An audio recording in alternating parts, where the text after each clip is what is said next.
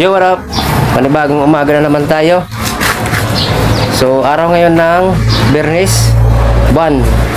Ngayon, September 5. So, migyan kami sa to Barangay Hall ngawanta. So, Aldo Kusumon. So, let's go. Samahan nyo ko.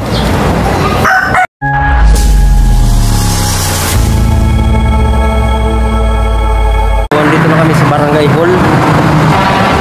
Ayun sa lakap. Ayun sila. Nag-usap ka.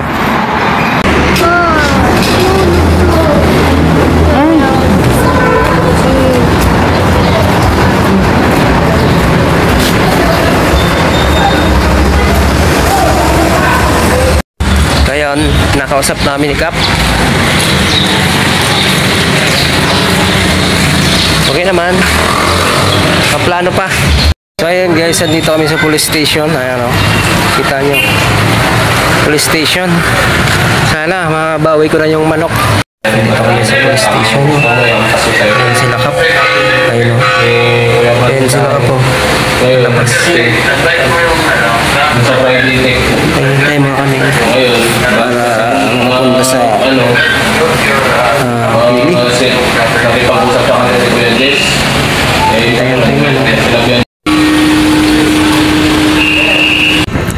So ayun guys, galing pa lang kami sa Munisipyo Bao, police station. Update ko kayo kung huhuliin ba to si magnanakaw o hindi. Good news, bad news. Ang good news ay salamat na may nagtestigo. So bukas na madaling araw, mga alas 5, punta kami dun sa sa pili para kunin yung manok. Sana ay mabawi ko yung manok.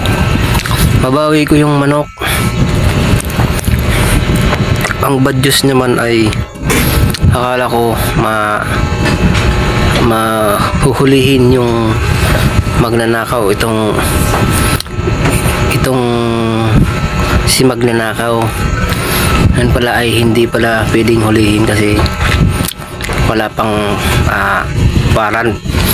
So update ko kayo bukas kung anong mangyayari bukas, kung mababawi ko ba yung manok or hindi.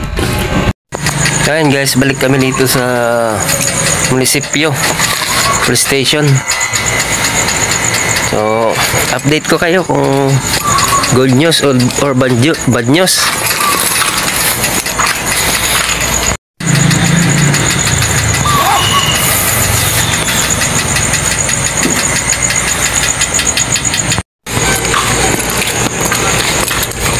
So hantay muna daw.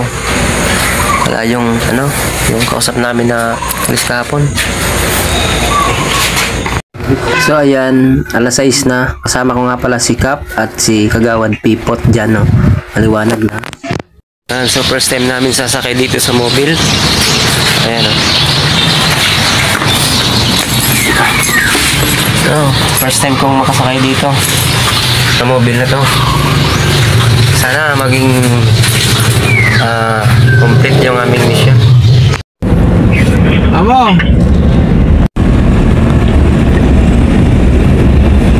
Nga tulos yung tao, no?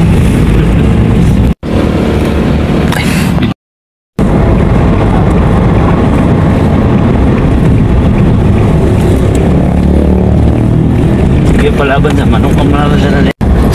Saan na pagkuha? Taraglog motor. Sadi sa kayo? Ako kagawad dyan. Ako na naman iyan. Ako sa ito.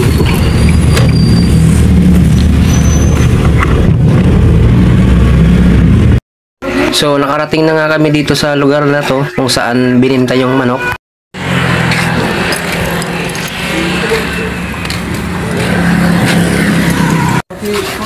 Hindi ka na ba umalig niyo? Kaya alam ako ba na? Napadog. Nag-vlog siya. Kaya ba iba ni Dr. Dr. So biktima rin sila Foreman at saka yung mga anak niya. So naghahantay nga pala kami dyan kasi inutusan ni Foreman yung mga anak niya na kunin yung manok at dalihin dito. So ayun na nga, dumating na yung dalawang anak ni Foreman. Dala na nila yung manok.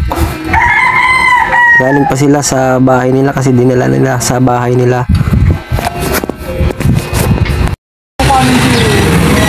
Oh, kamu yan.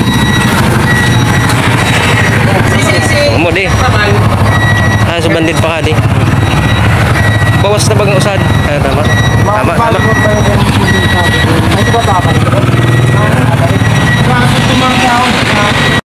Salamat Lord, nakabalik yung manok ko.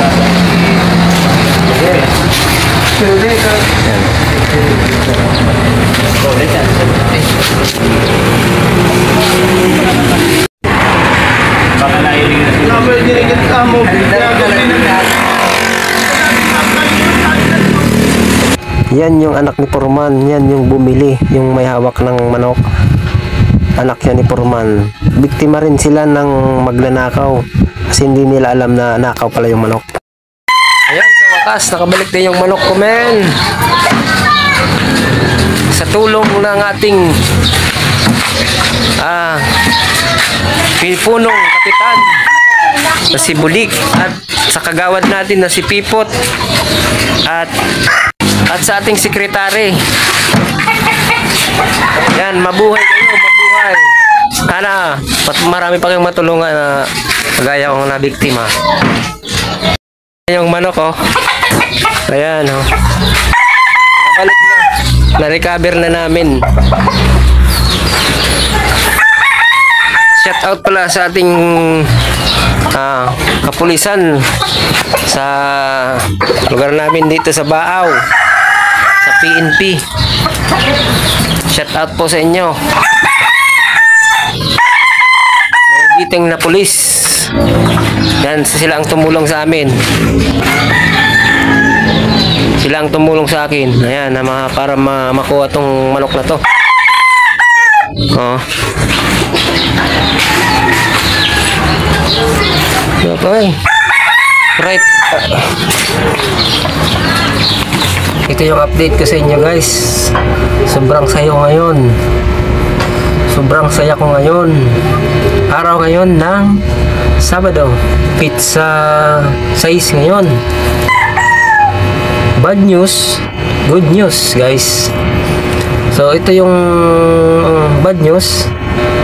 Yung magnanakaw ay hindi pa pwedeng hulihin dahil wala pang warrant. So hayaan na muna natin siya na kung saan siya pumunta, kung saan siya pwedeng pumunta. So hayaan muna natin yun, pero no comment muna ako dyan. So ang good news naman ay ito. Papasalamat po ako sa ating punong barangay na si Kapitan Budik. Ayan. At saka si Secretary Rapunzel Bitao. At saka si Kagawad Alvin Brillo na si Pipot. Ayan, dahil sa kanila hindi ako nila pinabayaan sa pagpunta namin sa Pili kung saan bininta yung manok. Hindi nila ako pinabayaan. Maraming salamat po sa inyo at saka sa mga pulis. Unang-una sa lahat, nagpapasalamat ako sa mahal na Panginoon. Salamat Lord na ginabayan niyo po kami sa aming misyon na mabawi yung manok. Salamat po Lord na walang nangyari sa aming masama. Ginabayan niyo po kami, lalo ng mga pulisan at yung kapitan namin dito sa lugar namin at yung kagawad. Siyempre nagpapasalamat din ako sa nagtistigo kay Ronald Panganiban, dahil sa kanya di ko mababawi yung manok. Siya po ang nagtistigo, siya po ang nagturo kung saan bininta yung manok. Shout out na rin sa iyo. Ingat ka sa trabaho mo. Sana marami ka pang matulungan kagaya ko dito sa lugar natin. Mabuhay ka. Ronald Panganiban. God bless. Lalo na sa mga pulis at yung mga kagawad natin dito sa San Isidro at lalo na kay Kapitan Blick. Thank you sobra sa inyo.